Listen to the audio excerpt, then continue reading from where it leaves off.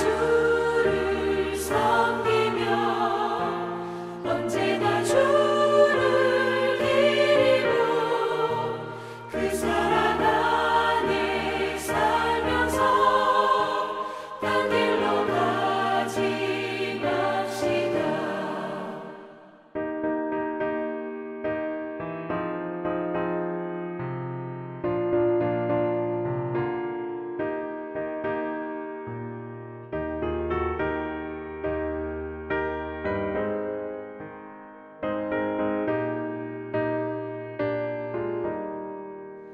이 세상 친구 없어도 예수는 나의 친구니 불의한 일을 버리고 예수를 위해 삽시다.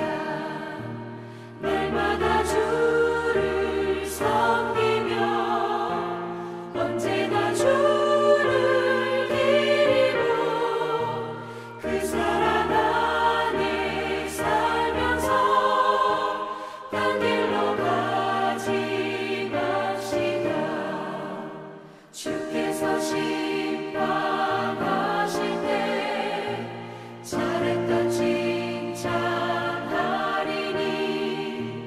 이러한 상급 받도록 예수를 위해 삽시다. 날마다 주를 섬기며 언제나 주를 기리고 그 사랑 안에 살면서 딴 길로 가지 맙시다.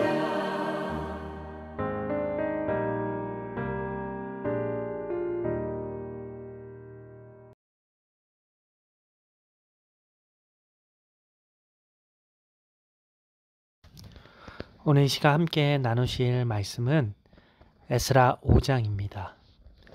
에스라 5장 1절과 2절 말씀 우리 함께 보도록 하겠습니다. 에스라 5장 1절과 2절 제가 읽겠습니다.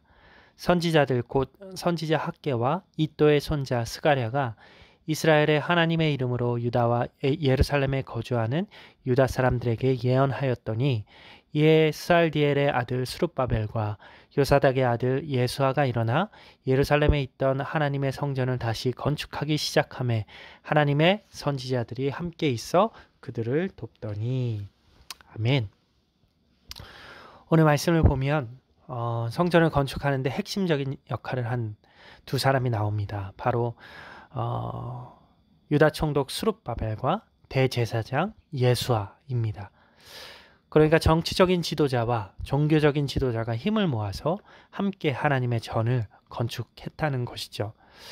원래 하나님의 성전은 솔로몬 왕 때 만들어졌습니다. 그때가 이스라엘의 전성기라 할 만한 시기였기 때문에 그 규모나 화려함이 극에 달했을 거라고 생각이 됩니다. 하지만 솔로몬이 죽은 후에 나라는 남유다와 북이스라엘로 두 동강이 나고 말지요. 시기상 차이는 좀 있지만 둘 다 범죄함으로 말미암아 나라는 무너지고 백성들은 포로가 되고 말았습니다.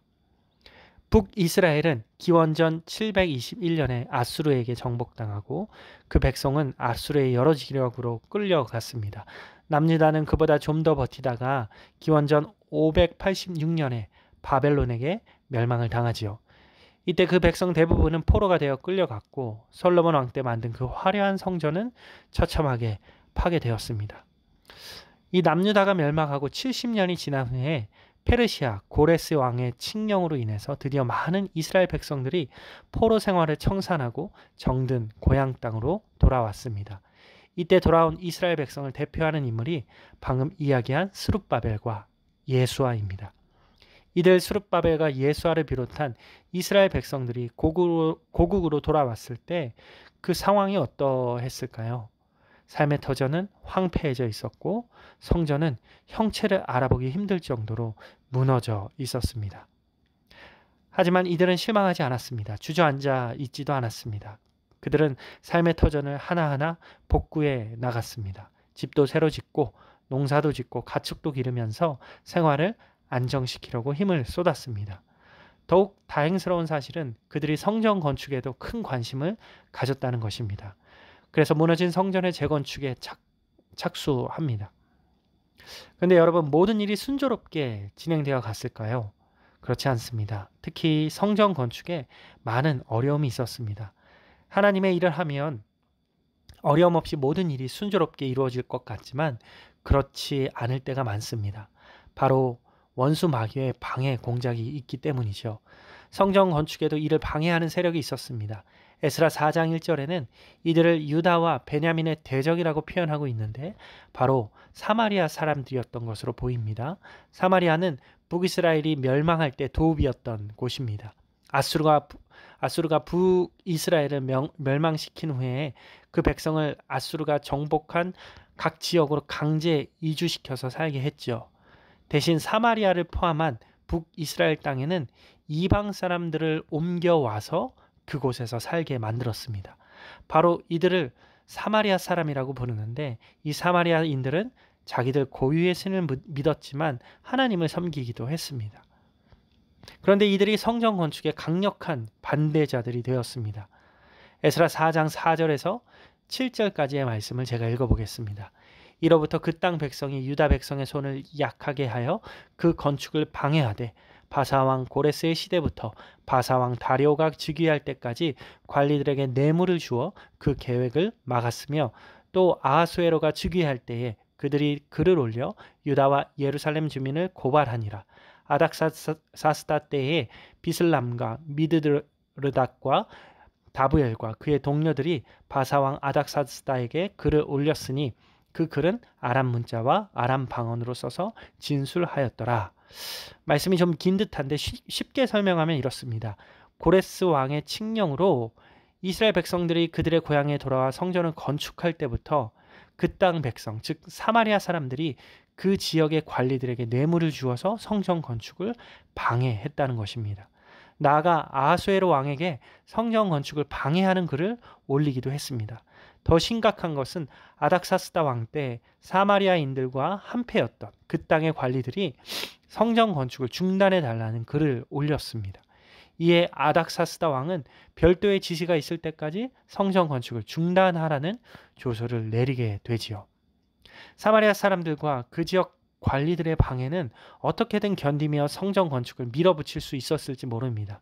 하지만 이스라엘 백성들의 생명까지 좌지우지할 수 있는 그 페르시아 왕의 반대 조서까지 내려오니 이스라엘 백성들도 더는 버틸 수 없었습니다. 그 결과 안타깝게도 성전 건축은 16년간이나 중단되고 말았습니다. 여러분, 하나님의 일을 하더라도 시련과 고난은 닥치게 되어 있습니다. 평탄하지만은 않다는 이야기입니다. 혹시 하나님의 일을 하다가 큰 어려움이 닥치더라도 너무 이상하게 생각하지 마십시오. 하나님께서 역사하고 계신가 하고 의심하지도 말기 바랍니다. 그럴수록 더욱더 하나님께 의지하시기 바랍니다. 하나님께서 주시는 힘과 지혜와 은혜로 이겨나가기 바랍니다. 그러면 성전 재건축은 어떻게 되었을까요? 드디어 하나님의 말씀이 임했습니다. 다리오 왕 때였습니다. 이때 하나님께서는 선지자 학개와 스가랴를 통해서 성전 건축을 명하셨습니다. 먼저 학개 1장 4절을 제가 읽어보겠습니다. 이 성전이 황폐하였거늘 너희가 이때에 판벽한 집에 거주하는 것이 옳으냐? 그러니까 하나님께서는 학개 선지자를 통해서 이스라엘 백성들을 꾸짖고 계십니다. 하나님과 하나님의 일을 가볍게 생각하고 소홀히 여기며 자신들의 유익과 편안함만 구하는 그들을 준엄하게 꾸짖고 계신 것입니다. 그러면서 성전을 건축하여 하나님을 기쁘시게 할 것을 명령하셨습니다. 스가랴 4장 9절의 말씀도 제가 읽어보겠습니다. 스룹바벨의 손이 이 성전의 기초를 놓았은즉 그의 손이 또한 그 일을 마치리라 하셨나니 만군의 여호와께서 나를 너희에게 보내신 줄을 내가 알리라 하셨느니라. 무슨 말일까요? 바로 스룹바벨이 중심이 되어서 성전의 건축이 완성될 것이라는 말씀입니다. 그리고 그 성전 건축이 하나님의 뜻임을 알리고 이스라엘 백성들에게 그 하나님의 뜻을 받들어 성전을 건축하라고 촉구하신 것입니다. 이렇게 두 선지자를 통하여 성전을 건축하라는 하나님의 말씀이 전해졌을 때 이스라엘 백성들은 어떻게 했을까요? 그들은 그 말씀에 순종했습니다. 그동안 대적의 방해로 낙심하고 주저앉아 있던 그들이 힘을 내어 다시 성전을 건축하기 시작했습니다. 물론 이때에도 대적들은 가만히 있지 않았습니다. 유프라테스강 건너편의 총독과 관리들이 이스라엘 백성들에게 누구 지시로 성전을 건축하느냐고 따지면서 집요하게 방해하기도 했습니다. 그래도 이스라엘 백성들은 성전 건축을 계속하였고 이를 멈추게 하려고 그들은 다리오 왕에게 상소를 올리기까지 합니다. 또다시 시련과 고난이 시작되었지만 이스라엘 백성들은 성전 건축을 중단하지 않았습니다. 여러분, 이스라엘 백성들은 하나님의 말씀에 순종했습니다. 시련과 고난이 있었지만, 그래서 한때 좌절한 적도 있었지만 하나님께서 성전 건축을 명하시자 그 말씀에 순종했습니다. 이것이 중요합니다. 하나님의 일을 할 때 원수들이 가만히 있지 않습니다. 그래서 분명 시련과 역경과 고난이 있을 수 있습니다. 하지만 하나님의 뜻이라면 그 뜻대로 이루기 위해서 최선을 다해야 합니다. 하나님께서 말씀하시면 순종해야 합니다. 결국 하나님의 말씀에 순종하여서 성전 건축을 다시 시작하였을 때 놀라운 일이 벌어집니다. 조금 전에 유프라테스강 건너편의 총독과 관리들이 성전 건축을 막으려고 다리오 왕에게 상소를 올렸다고 했는데, 그 상소를 본 다리오 왕은 옛 문헌을 조사해보고 그것이 고레스 왕의 칙령에 의해 시작되었음을 알게 되었습니다. 그래서 성전 건축을 절대 방해하지 말라고 오히려 반대되는 명을 내렸습니다. 그리고 성전 건축에 필요한 모든 것을 공급하고 이를 어길 시에 엄벌에 처하겠다고 선포를 합니다.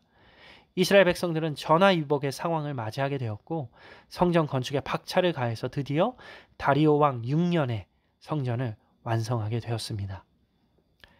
여러분, 시련과 고난이 있음에도 하나님 말씀에 순종하니까 모든 일이 술술술 풀렸습니까? 만사가 형통해졌습니까? 그렇지 않았을 때도 있었지만 그들은 그럼에도 불구하고 순종하고 그럼에도 불구하고 길을 추진해 갔습니다. 그러자 하나님이 일하기 시작하셨고 그 일은 완성되었죠.